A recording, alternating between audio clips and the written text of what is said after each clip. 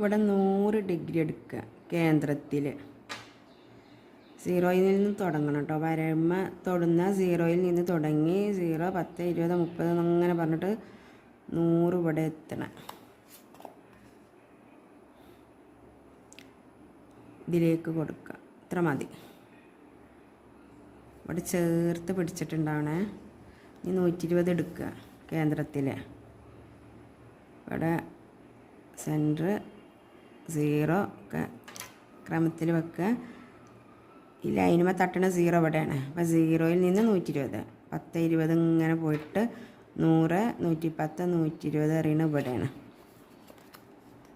അവിടേക്ക് കേന്ദ്രത്തിൽ നിന്ന് വരക്കണം. പക്ഷേ സർക്കിളിനെ തൊടണ ആ വിധത്തിൽ മതി കേട്ടോ. വൃത്തത്തെ തൊടുക. സ്വാഭാവികമായിട്ട് ഈ കോണ് ഇത് 120 എഴുതാം. ഈ കോണ് 140 കിട്ടുന്നുണ്ടോ നോക്കുക. ശരിയാണല്ലേ?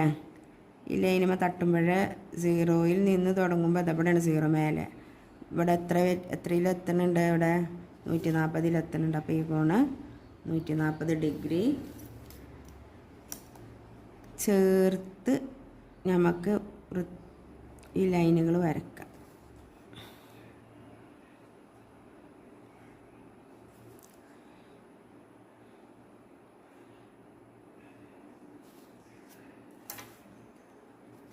നോക്കാം ഇതിൻ്റെ പകുതിയാണോ ഇവിടെ നോക്കാം. 50 ഡിഗ്രി കിട്ടണം അല്ലേ? അതാണല്ലേ 50 ഡിഗ്രിയാണ്.